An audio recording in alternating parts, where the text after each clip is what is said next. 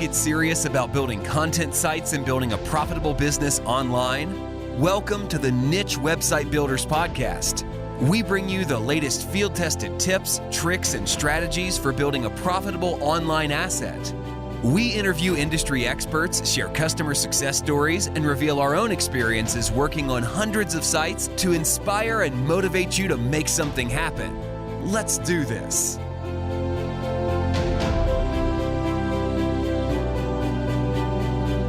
Welcome to the Niche Website Builders Podcast. Today we have guest Luke Jordan. Now, if you're not following Luke on Twitter already, make sure you go follow him after this podcast or before at LR_Jordan, where he shares a lot of his case studies in real time, so not after they've been completed. Essentially, as he's doing them, he'll post his updates there, so you never know if they're actually going to work out, and he has a lot of great information. But within this podcast, we actually dive into some of these case studies that just finished and some of his case studies that he's doing currently. So the main one is his large website, which is bringing in around 1 million visitors per month. And we go through some of the processes that he's used to do that, how he's currently building that website, and then how he's diversifying that website as well, looking to add things like email marketing. Now he's got a couple of YouTube channels to help diversify that traffic and the income. We also cover a lot about his backlinking strategy. So he puts down a lot of the success to this website down to links. And we cover a lot of his outreach strategy, what he's looking for in other sites. And one of his recent case studies he tried in terms of getting links at a very low budget. So sit back and enjoy. This episode is brought to you by Niche Website Builders, an agency dedicated to helping people just like you build profitable content sites. Niche Website Builders are the hands-off content site marketing agency you always wished existed. It's run by content site marketers for content site marketers, and they help both investors and individuals alike build profitable online properties. They provide a fully outsourced approach to content creation, link building, and done-for-you website builds, the same approach they use on their own six-figure portfolios. For example, their content packages come with a proprietary keyword research process, are written by in-house native English speakers, formatted using templates proven to convert, and uploaded to WordPress with affiliate links added so that all you need to do is hit the publish button. Check them out at nichewebsite.builders/show. That's nichewebsite.builders/show and fill out the form to get coupon codes for 10% more content or a 10% discount on links with your first order sent right to your inbox. All right, welcome to the Niche Website Builders Podcast. Today we have Luke Jordan with us. How are you going, Luke? I'm good. Thanks for having me. I hope you're well as well. Thanks for coming on. Really appreciate it. So I've been following you, I guess, on Twitter for a little while now, seeing a bunch of different, I guess, case studies, screenshots, things you're doing. So maybe just for the listeners, maybe just provide a brief background about yourself, how you got into this idea of building niche websites, and then we can dive into some of your websites after that. Sure. I have been in like SEO and websites and stuff for maybe 10 or 11 years now. And the first job that I actually had, despite it being terrible, did sort of teach me SEO and a whole load of things with it. I used to upload products to the website. I'd do email marketing. I would answer the phone. I'd do the PPC.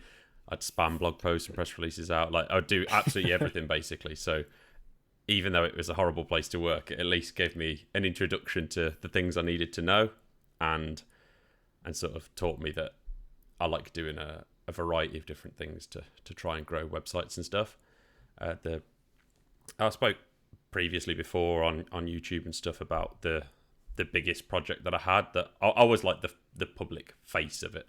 I was the name behind it, so you can dig that site out. Although I don't talk about it much, but that was like a niche site, YouTube channel, the works really. But something that I just grew up myself, starting with £100 budget.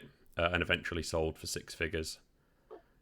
From there, I started like buying up other people's websites and found really quick ways to make them make more money, get more traffic, but ultimately wasn't particularly high quality stuff. It was just I was buying what I would call unloved sites, like sites that people hadn't touched for a few years, and they just needed like completely remaking. But all I would do is just update their reviews to say it was the current year and add a load more CTAs and just watch the revenue go up. And that, perhaps deservedly so, came crashing down. And it left me at a little bit of a crossroads because I didn't know where to go or what to do. I didn't want to go back to work. I'd sold my site that I was the face of. I don't know if it was about a year before, maybe about 10 months before, something like that. As we still had some money in the bank to do something, but I didn't want to just,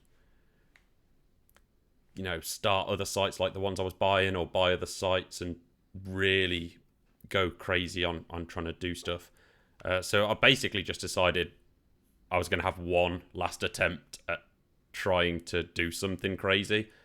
And I just picked one of the sites that we had and tried to save it and tried to turn it into, I don't know, like a powerhouse media company eventually. And that's what the case study is that I'm doing now. It's about a year and a half in. I can't even remember. Can't remember how far we're into this case study now, but time's flying on it. But yeah, all we pretty much do is publish articles, and we just started on YouTube fairly recently. Nice. So that first site that you sold, did you start that while you were working full time? Yeah, I did. Yeah, I was working for an SEO agency at the time. So I've had two jobs pretty much. Like, one was in-house doing everything, and then the next one was agency side. So I got sort of a spread of experience. But whilst I was at the agency, I started the site. I never started it intending to, like, I wasn't like looking for a niche and trying to spin up a niche site on the side. Sorry, I just started it because I found it and I was interested in the topic, and I just started the site. And I'd made other websites before and put affiliate links on them and stuff, so I knew what I was doing. But initially, it wasn't let's start a site and try and make loads of money from it. It just happened to start making money, and then I was like, oh, let's go down this path a bit further. Nice. So did the way or your processes change or evolve from, say, that website to now where you have this big case study website? Are you doing anything differently on this new website? Yeah, I would say massively differently. So I wrote all the content on that last site to start with, and then eventually started to hire other people, and I would look over the content and improve it. And on this project, I actually started this with the intention of never writing a single word, so it was all outsourced, and the process we use is like a no bottlenecks model. So we're not a content mill like most niche sites would be, or many agencies also run like the content mill approach of having someone that does keyword research, someone that writes the articles, someone that uploads them and formats them, someone that adds links into stuff and then publishes. We just give responsibility to the writer. They can take full ownership. They can publish straight to the site if they want. They could publish an article on my website right now telling the whole world that I'm a horrible person. But that's just how you have to operate if you don't want bottlenecks, and if you don't want other people holding the process up.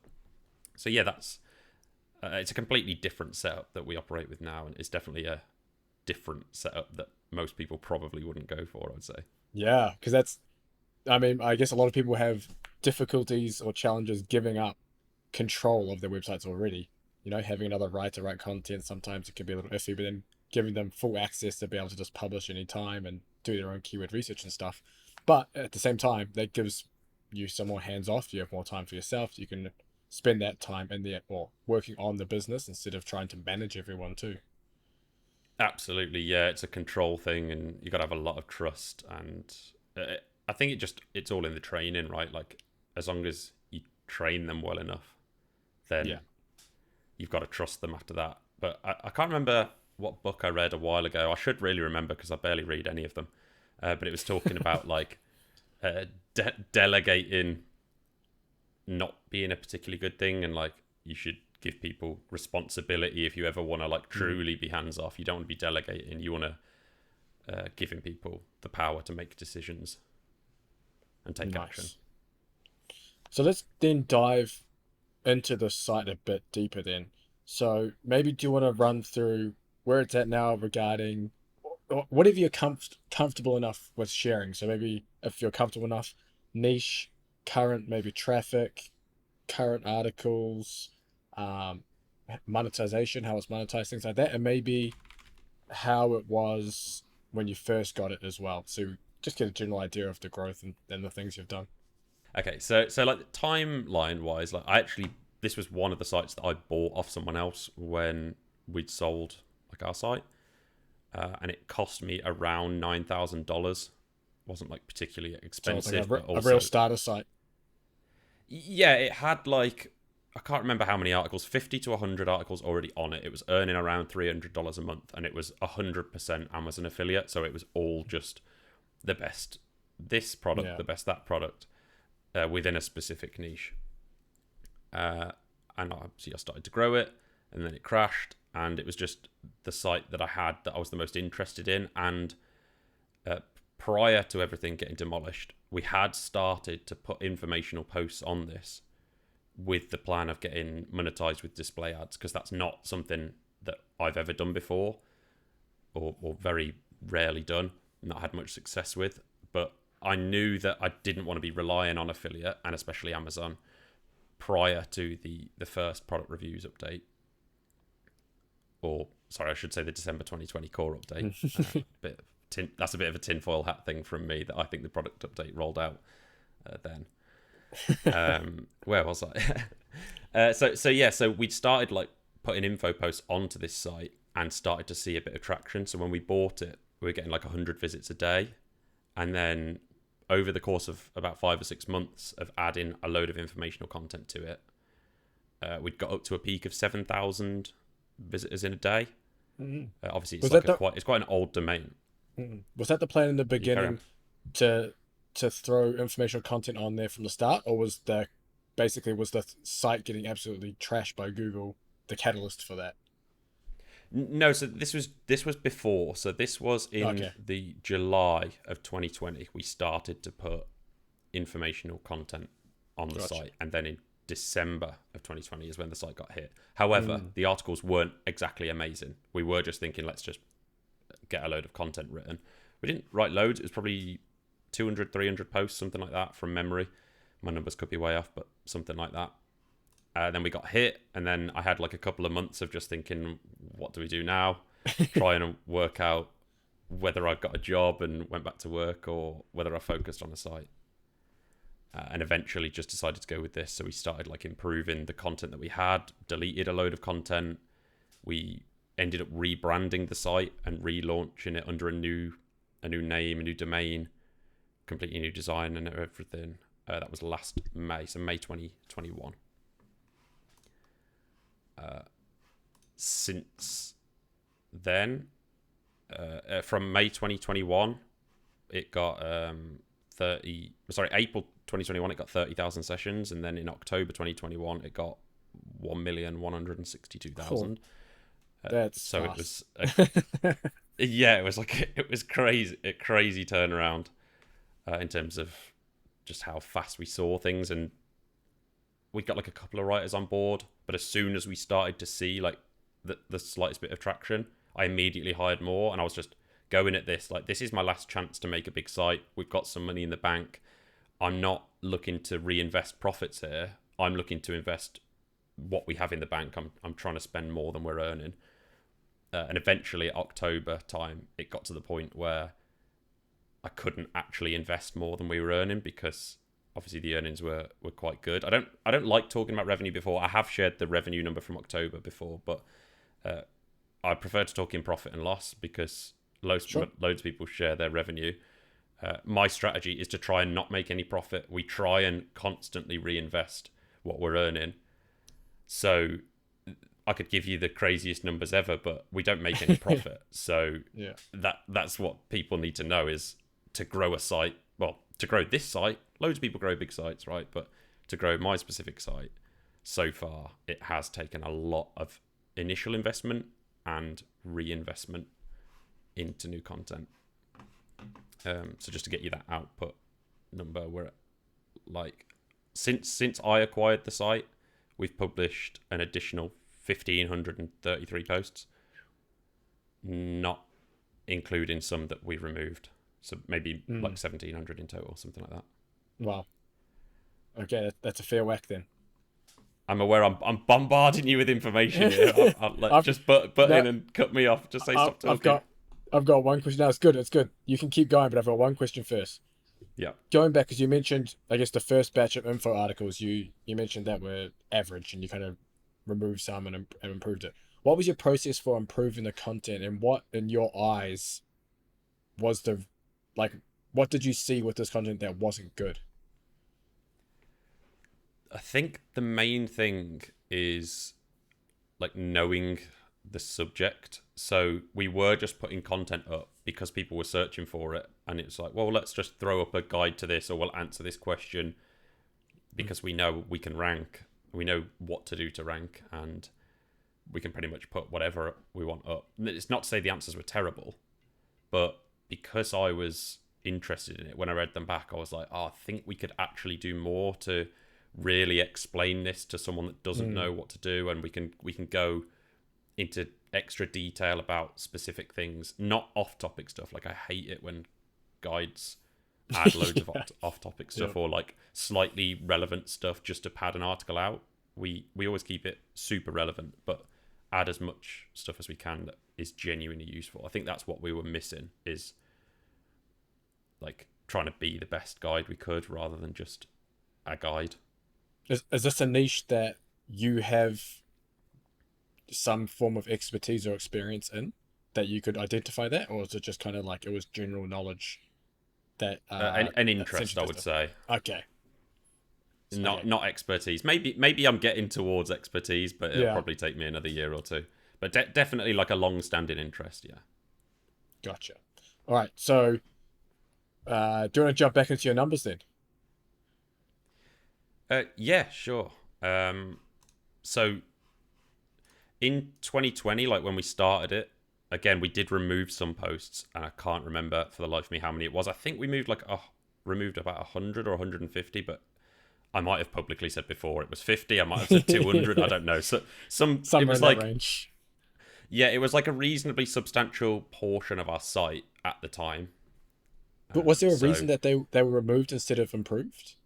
Yeah, so I think we'd gone with too like much of a scattergun approach of just trying to hit loads of different topics, and I felt at the time that we were rebranding the site and stuff that we should have like a really clear focus, like this is what we cover, and that was going to be sort of our way of trying to recover, was having this core focus, and maybe we cover some stuff around that, but we're in this big niche, and we were just going, oh, we'll do some of this, let's get some views over here, let's just go for everything we can. And it worked initially, but then it didn't. So what I did was like narrow down what we actually focus on, and just removed some of the stuff that wasn't relevant. I did keep the stuff that was still getting traffic, but if stuff wasn't relevant and wasn't getting traffic and didn't have links, then I removed it.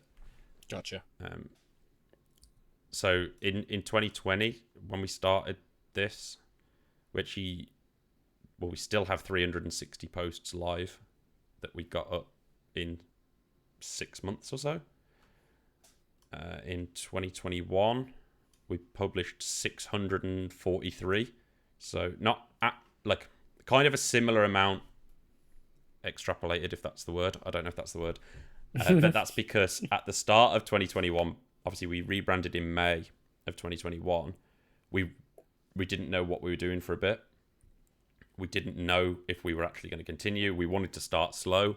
So the first 6 months of that were like 8. We had 8 posts in the January. We had 12 posts in the April.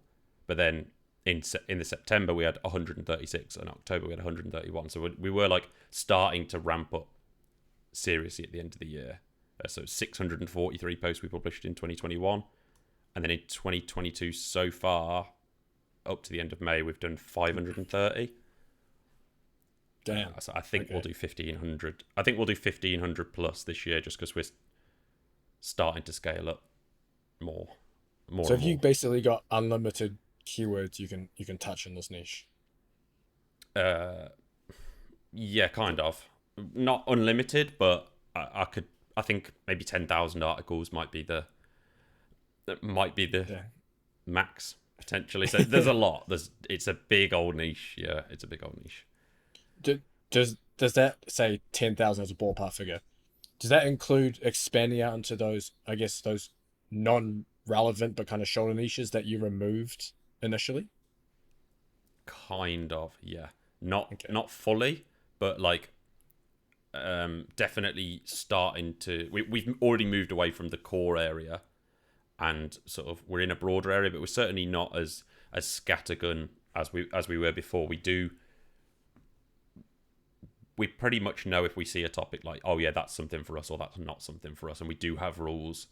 Even though there are relevant ideas, we do have rules like that's not something we would touch at this time. Okay. But Gotcha. within the 10,000, I'd say no, not. It's not. It's not just cover everything. It's still within our area. So, I guess within your content process, then, because you mentioned obviously in the beginning it was a scattergun approach, you were kind of hitting all different topics randomly. So does that mean now you've drilled down and you have your writers essentially only write on the one, say, silo or topic on the site and fill that first before you move on? Or are you covering maybe two or three of your real core topics at once? I mean, we're definitely covering multiple topics at Gotcha. once. I think so I actually hired someone to manage the content side of things that started on the 1st of June. I don't know when this will go out, but we're recording this on the 8th of June, so Yeah. a week ago. But I did see today that like 3 or 4 new users have been added in WordPress. So like there's writers at the moment for the first time that they're going to be covering content that I didn't plan, and I didn't hire and train the writer. So I don't even know what they're covering at the minute. But obviously it'd be on the strategy. But like I think before those hires, we were at around 13, I think, like writers full time and part time. So we cover probably 4 or 5 areas at a time, and some are like super long term. They have hundreds and hundreds of ideas in. So we'll just do a few and come back to it and dip in and out. Or like when we bring new writers on, we'll get them to cover a bit of that and then train up covering that stuff and then move on to other stuff.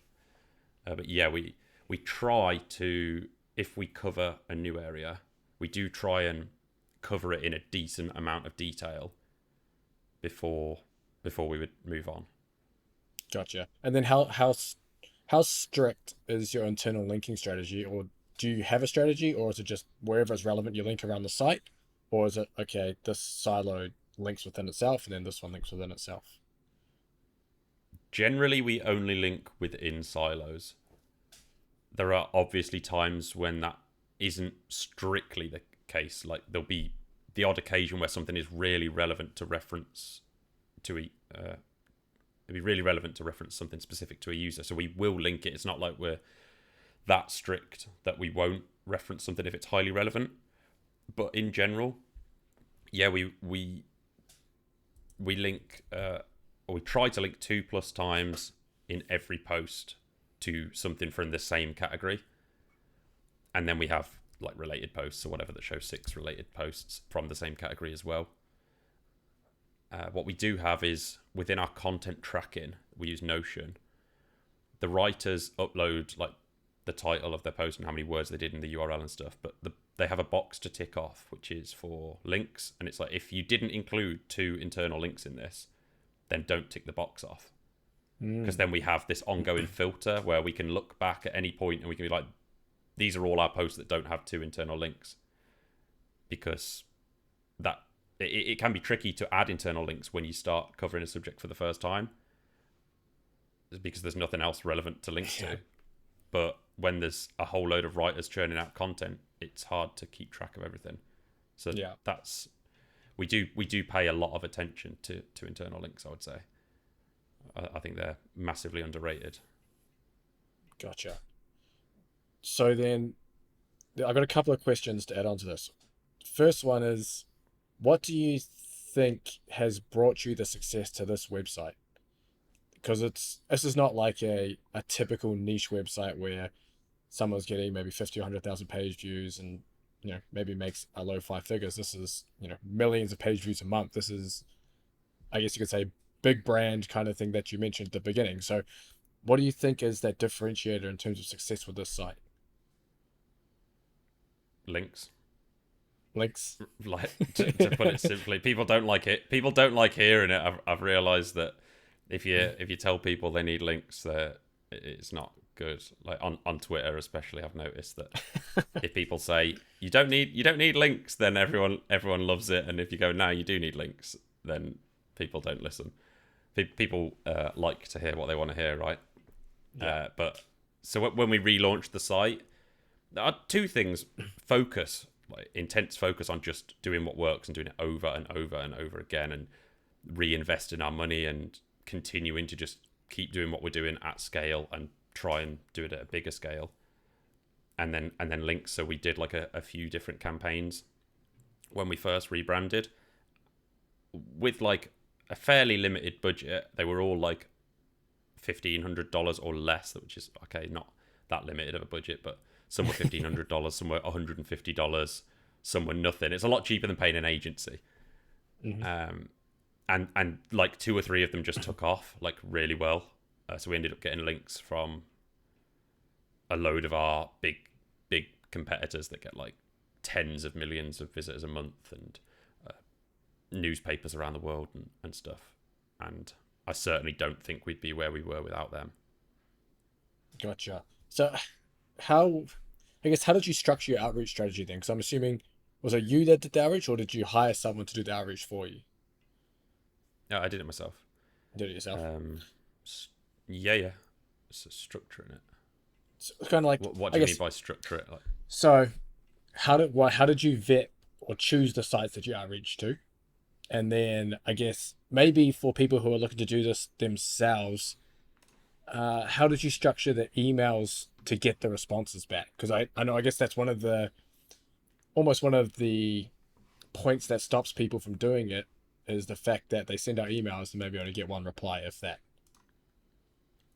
yeah, it's really demotivating. Fortunately, I'm in a niche where creating creative content is quite easy, and sites are happy to share stuff a little bit more often. If you're talking about really dry subjects, it can obviously be a lot tougher. And then there's certain random niches where people will just want paying for links a lot. Like we've never paid for a link on this site.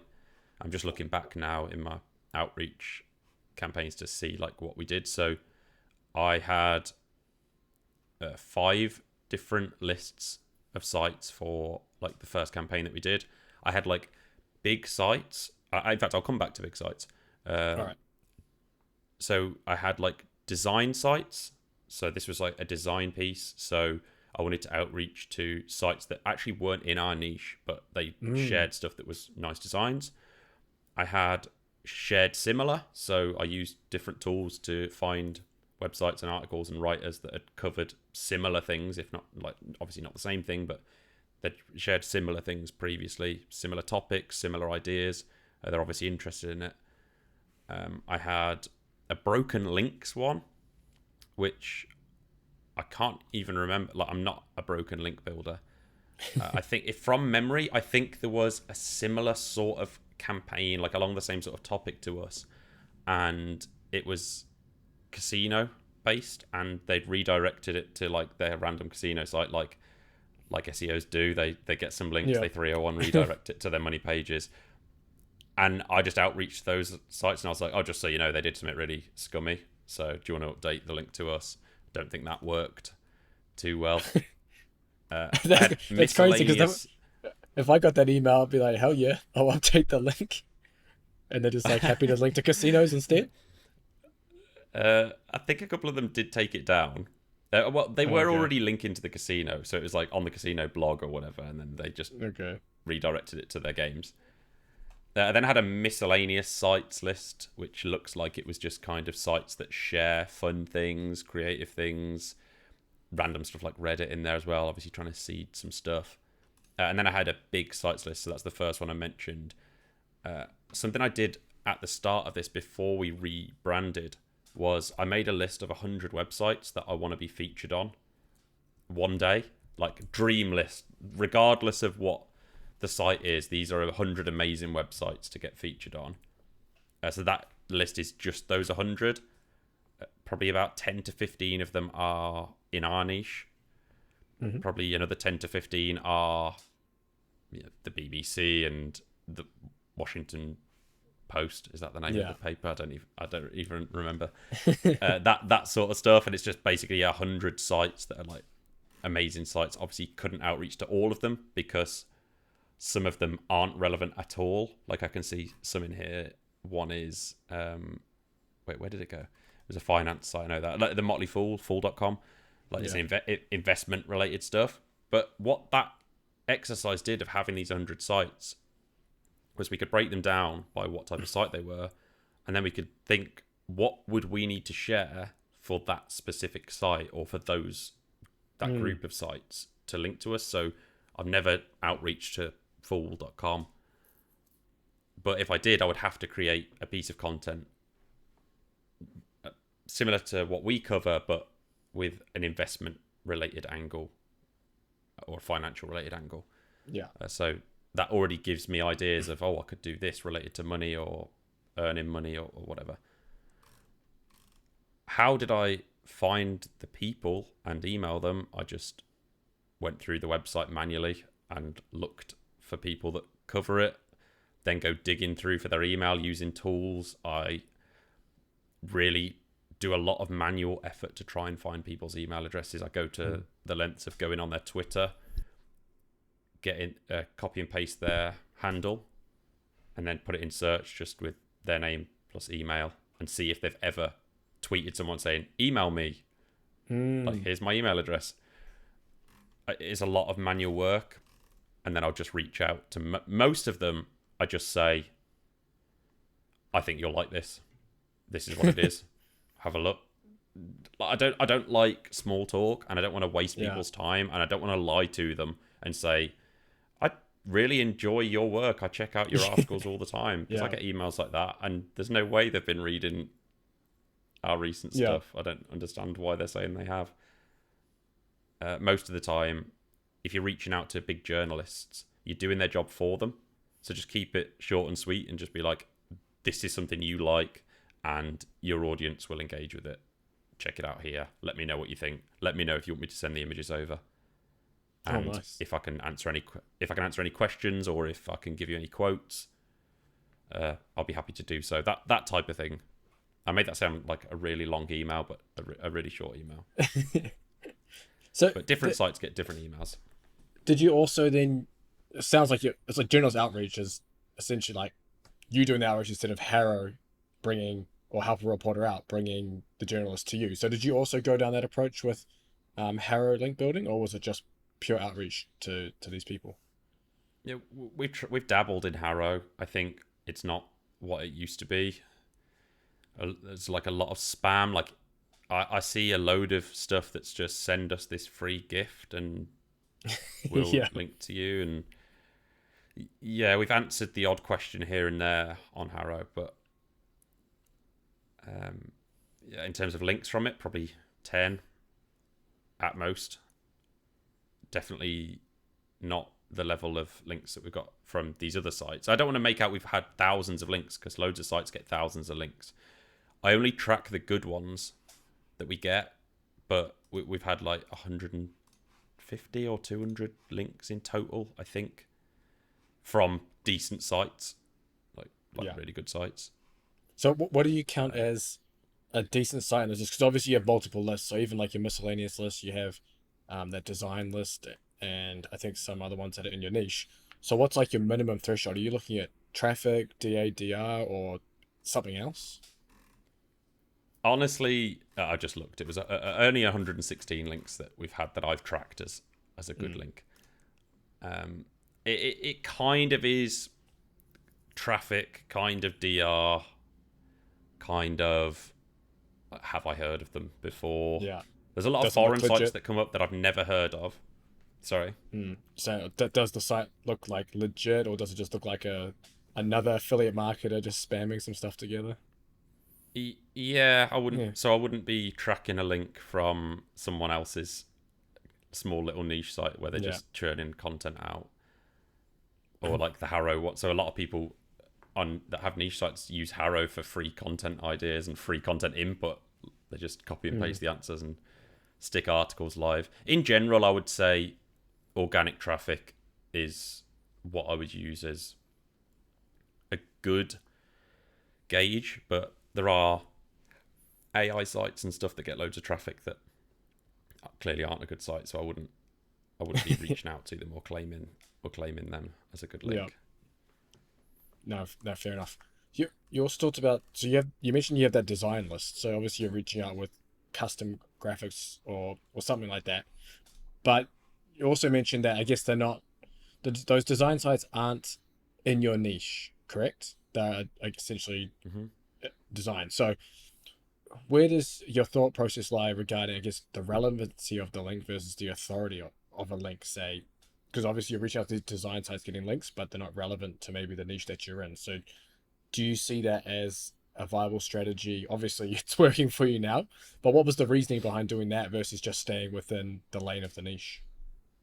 Well, I think firstly, these are really big websites, so the fact that they speak about design stuff, obviously that plays a big part. But these aren't just loads and loads of tiny design blogs and stuff. These are just pretty much the biggest design sites in the world, and that's it. I can see there's only 10 sites in that list. The logic behind reaching out to them is, yeah, their domain won't be relevant, but the post that they write would be. They would talk about like what we've done, the title, the wording around what they write about would be relevant. And yeah, it's just a small part of the campaign. This was just for aiming for. We didn't even get any links from these sites, but it was aiming for obviously a maximum of 10. I've reached out to 10. So as it can always snowball, and other design sites can pick it up that you didn't contact, because that's what happened with this one. Like a big news site that we didn't actually contact picked it up from somewhere else. They published it, and then a load of sites found it on there and published it as well. But yeah, I think that's the main thing, is that a natural backlink profile isn't 100% highly relevant links. Websites do talk about stuff that isn't in their niche.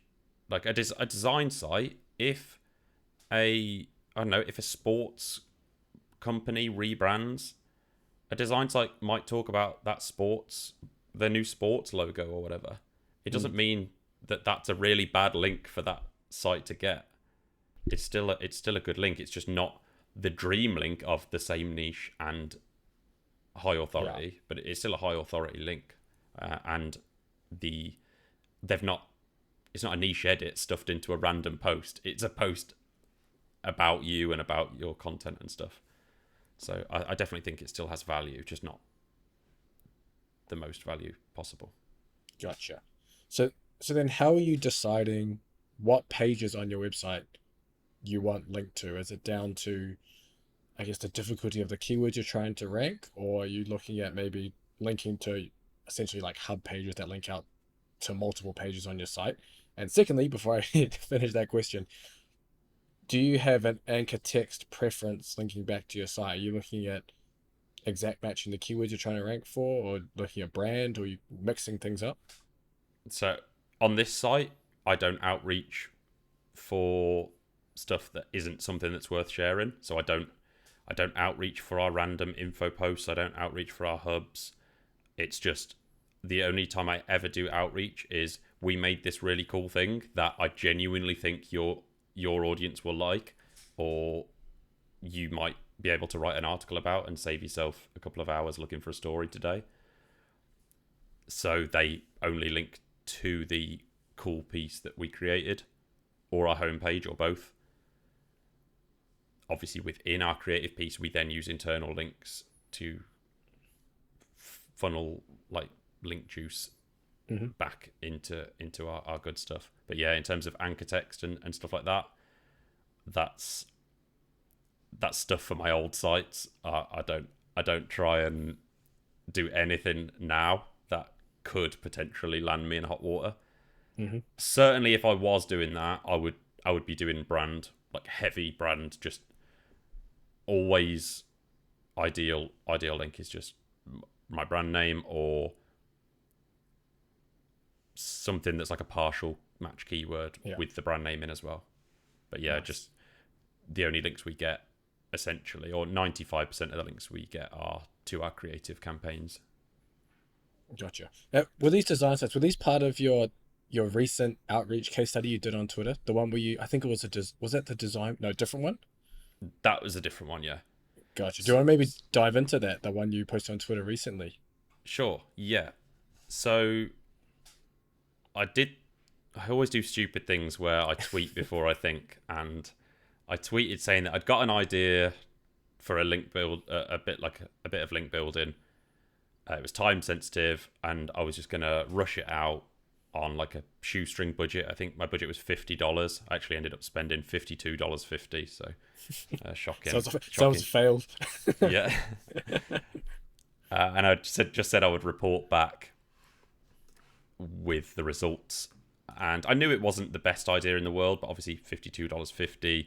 It took like a day and a half of my time, I think, to... So what I did was I went out based on this idea, and my idea was basically, I wonder what the data is for X, Y, and Z. No one had compiled the data because it was time sensitive. It was something kind of new. So I went out and I manually checked the data for hundreds of different things and just filled out a spreadsheet. There's probably smarter ways of doing it, but I don't know Python and all that stuff. So I just manually did everything.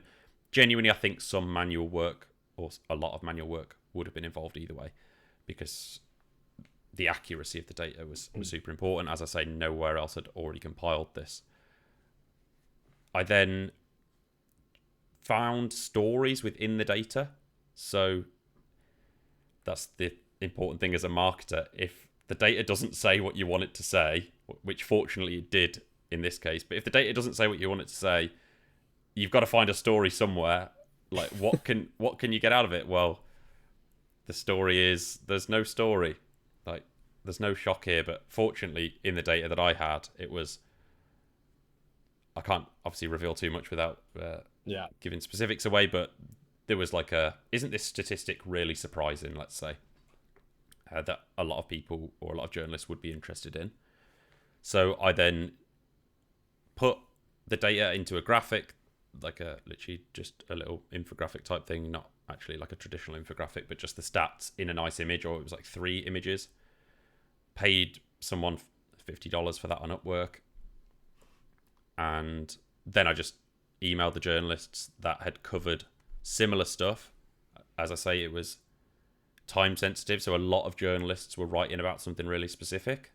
And I just outreached to all of them saying, I saw you've covered this. Here's a really interesting statistic for you. And if you're interested in that, we've got 10 others in this post that are all brand new data. The data's public. You can see it all. And here's these images if you want to use them. It didn't go very well. It got one link from... So I'm just checking now. One link from a DR85 site, which is pretty good. Hey, that's decent. I'm sure. Yeah, people will take a DR85 link. And it also got a DR70 link, but that was from the press release that we wrote, so I don't really count that. So all in all, it was $52.50, about a day and a half of my time,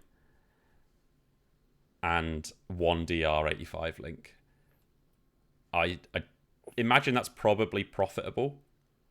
And the stuff we did, even though it was time sensitive, it can still pick up links in the future. I don't think it's the type that will get loads, but I imagine I'm almost certain it'll pick up 4 or 5 throughout the rest of 2022. Gotcha.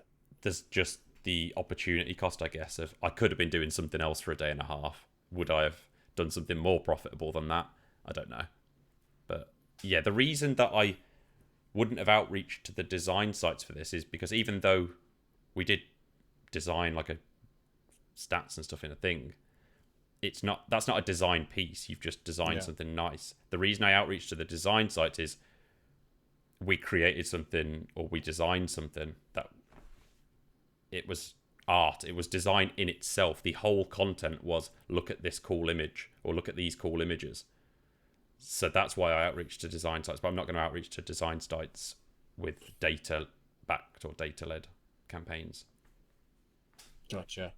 That makes sense. And I actually want before I actually went on, because I know you're dabbling in a bit of YouTube now to kind of diversify a bit.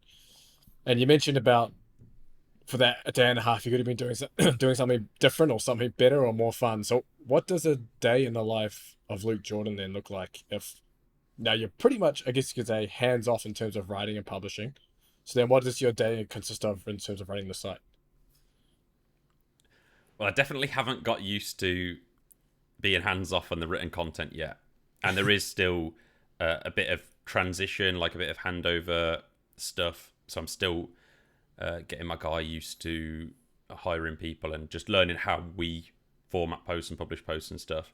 But going forward after this, I think I will personally be making probably one video every couple of weeks, something like that, just to help. So we have a couple of channels at the minute. One is like an affiliate focused channel, which is the smaller of the two. And then we have an info channel, which has been taken off quite well. It's got like a few thousand subscribers, managed to do a decent amount in ad revenue to break even in 1 month. It's dropping off again now, but I want to do what I can to try and boost those channels without committing too much of my actual time to it, because my time does need to be spent elsewhere. But I think it's still a decent use of my time to try and give them a push, because one person making videos on a channel can't output a lot of stuff. Like it does just take time when you're trying to make good videos that are well researched, well edited and stuff. It takes time. So I want to do one video every couple of weeks, let's say, across the two channels that we have. I will be looking to like make small improvements to our website.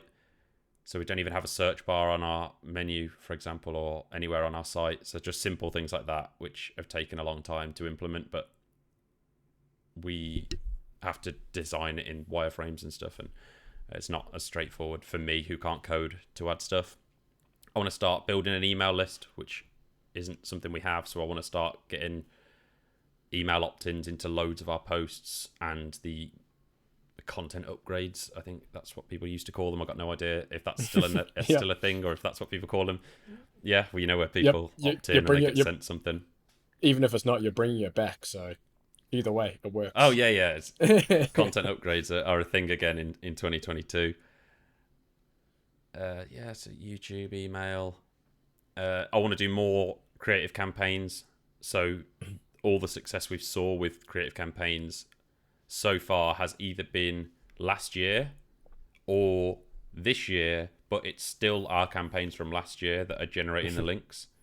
So I want to get more creative campaigns going live, because we haven't had much time to do many this year, with me managing the team and growing YouTube and everything else that comes with it. So I don't know if I can give you what a typical day looks like, because every day is different. I am a bit of everything. A generalist. Yeah, I'm definitely a generalist, not a specialist. And I do like to try and mix it up. I never have a plan for the month. I never really have a plan for the week. I do try and plan the main things that I want to get done in a week, which will usually be 2 or 3 things. But other than that, I just wake up and I'm like, what shall I do today? Let's try and grow this website somehow. Nice. So yeah, sorry, I can't give much actionable advice, I'm afraid, on a good day-to-day Well, the strategy. actionable advice is to have your hands in a few different pies, so you can at least understand what's going on in all different parts of your business, you know? So if you are outsourcing like you are with a lot of things, then at least you know what you're looking for and you're not going in blind and you end up hiring someone, you know, doing a horrible job or something like that. I want to actually dive into a bit of your YouTube as well, because it sounds like it's still semi-new. What was the reason for going down or starting the YouTube on top of such a successful website? Many people look to diversify. In fact, everyone pretty much looks to diversify, except for me. For some reason on this project, I'm like, no, we are focusing on this. So for all of 2021, or right up until November of 2021, it was, we do info posts and that's it. We do a couple of creative campaigns, but Like, that's what we do. We don't do anything else. So we don't touch socials, emails, any of the platforms, any other type of content. We don't do news.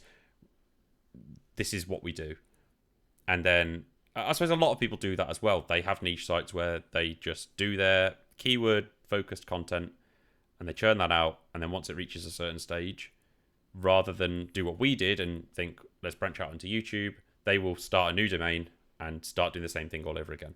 So that's the reason that I started YouTube, is because I wanted to start to diversify and start to grow our brand so it didn't rely completely on Google, even though YouTube obviously owns Google, but different algorithms, hopefully, will keep us somewhat secure if we can grow the YouTube channel enough. If the website goes down, then hopefully YouTube can help us. But ultimately, what I'm trying to do here is grow an insanely big brand that spans multiple channels and has an audience that know the site. They don't just go to Google and land on the site. They know of the site. They come to us looking for stuff before we've written it, almost like they're waiting for us to publish. They're engaged with us on multiple channels. That's what I want to create, because I don't really, even though I love doing this, I don't really have an interest, or I don't get any enjoyment or satisfaction out of just churning out content. I can do that in small doses, but if I had 10 websites and I was just churning out content across them all, I would quickly like lose the will to live. Basically, money is a really nice thing, but it's not my sole goal. I would say, like, I really love the fact I'm on this crazy journey of doing something that most people wouldn't be doing. So yeah, the goal is let's just grow a massive audience and see how many views we can get per month across different channels, and eventually retire on the beach or get a job and have my head in my hands thinking, what was I doing? Why did I make such a terrible decision? Well, it sounds like it's been successful so far. But you mentioned you have two YouTube channels for the same site. Is it one's the info channel and one's the affiliate channel? Is that correct? Yeah, I heard advice that you should separate your stuff on YouTube, because a really important part of the algorithm is how well your last video did and how much interest your audience had in your last video, and how much interest they're going to have in your next video. And if we're covering products and then we're covering really specific info stuff that almost have no relevance to each other, really, I'll try and think of an example that I could share. Right, let's say our niche was like auto, like vehicles, like a super wide niche like that. Mm-hmm.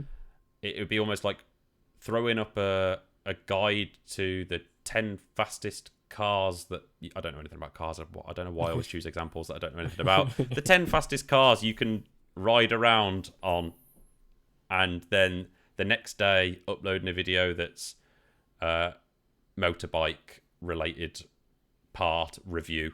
Like, nope. Yeah. The crossover is just not there. So we just separated it. I don't know if it was the best decision or not, but yeah, we have a separate channel for product reviews. So you have that's the logic.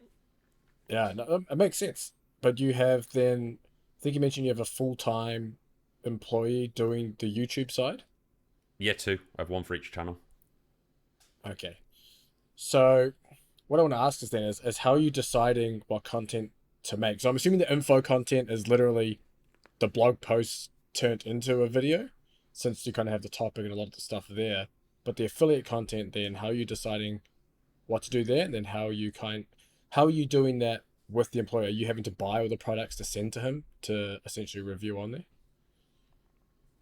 Yeah, so with the info ones, yeah, we are covering what we cover on the site, but we do want to treat YouTube like it's its own platform as well. We don't just want it to be an extension of the website. So when we start to see interest in a particular area, we do find that we can make videos that we wouldn't have an article on. Can't think of an example off the top of my head, but the stuff that you're going to cannibalize yourself perhaps on the website by having more than one article about exactly the same thing, but you might be able to make 5 videos about the same type of thing because people are interested in it. So we do, if we see traction, we will make videos that are only for YouTube, like they're only for views and subscribers on YouTube. But yeah, generally speaking, it is just what we do on the website. On the review side, we haven't nailed this at all, so I don't want to speak with authority here and say I know what we're doing, because we haven't made this work yet. But currently, the long-term plan is to try and rank for affiliate reviews in the future. And my logic is, if we're known for doing good product reviews on YouTube, that might help, and we embed the videos, that helps the articles rank better. It's more trustworthy, they get more links to the reviews as well. But yeah, I do buy the products. They get sent out to the member of staff, or like they can buy them for themselves and put it through expenses, and then they just test it for a couple of weeks. They might record an unboxing if it's like a brand new product, and then they'll throw a review live, like edited review. How do we decide on what products? That's where I haven't quite nailed it. Obviously, heavily relevant products, brand new releases we try and do. So if it's something in our niche that is a brand new release, we try and get it as soon as we can. We sometimes get the brands to send it to us pre-release, like embargoed, so we can't publish it until a certain date, which is interesting. That's definitely like a learning experience, because we found that brands actually sometimes don't let you publish until everyone's already received their pre-orders and stuff. So people will have it turning up at their door already, and our review can't go live. And supposedly that's because they don't want reviews to put people off if it's got anything wrong with it. But sure. Yeah, I think we need to get better at figuring out what we review. I actually had a call on this today with a friend who was telling me we should just repeat what we do on the website with the info stuff, like what reviews are doing well on the website. We should be turning them all into videos first, which probably a rookie mistake that we haven't done that, to be honest. Yeah, fair enough. Are you then trying to, I guess even with both sides, but mainly with the info side, are you trying to use that as another traffic generator for the website, or you're not so worried about that? You're just trying to grow the YouTube standalone, like grow the audience there, and they'll eventually come because of the brand awareness. Yeah, so currently we have like no lead gen or anything like that. We don't really have a reason to send people back to the website. So whilst we do link in the description and stuff, we don't push it. We don't have a reason to say, oh, check out our website if you're interested in this, because if we had something that they would be interested in, we'd just turn it into another video. So we really do want to, as I say, not use YouTube as an extension of the site. We want it to be its own thing. We want it to have its own audience. And yeah, brand is the play. Like, we're trying to build a brand, not just a money machine for the website. No, I really like that idea. The idea of actually building or turning it into a real, I don't want to say like a typical news site isn't a real business, because obviously it can be, but turning into like a real business with brand awareness that has almost like a loyal following. As you mentioned, you want people to find the site, not just from searching a long tail keyword. Yeah, it's quite funny. I've just realized with you saying that I spend so long trying to get away from the world of work to then come and do my own thing, and now I'm like, oh, actually, I quite want it to be like real work again. I want it to be like a real business with loads of employees, and yeah, it is strange, but yeah, like a traditional business, let's say. Gotcha. No, I think I've asked you pretty much all the questions that I had, and all of them that came to my head. Is there anything else you wanted to add to the conversation before we sign off? Oh, I feel like I've spoke way too much. I don't. No, it's good. Yeah. If people can follow me on Twitter, LR_Jordan, I share everything pretty much that we do in real time. So I don't like to do case studies sort of after the fact. I like to do them in real time, where you don't know if something's going to work or not, and then you can see if it worked. yeah, I don't know. No, As I say, I've spoke too much and I'm rambling. no, it's good. The more you talk and the less I talk, the better the podcast is in that way. So that's perfect. That's perfect. Oh no, that's not very nice. But thanks for coming on, Luke. I really appreciate it. So everyone listening, you can follow Luke. What was your Twitter handle again? Just repeat it for everyone there. It's LR_Jordan. Perfect. So you guys can go follow Luke there and see some of his case studies as he's doing them. But thanks for coming on. I really appreciate it. Yeah, cheers for having me. I've enjoyed it. Thanks for tuning in, and I hope you enjoyed the show. Don't forget to like and subscribe wherever you're listening. Until the next episode, goodbye.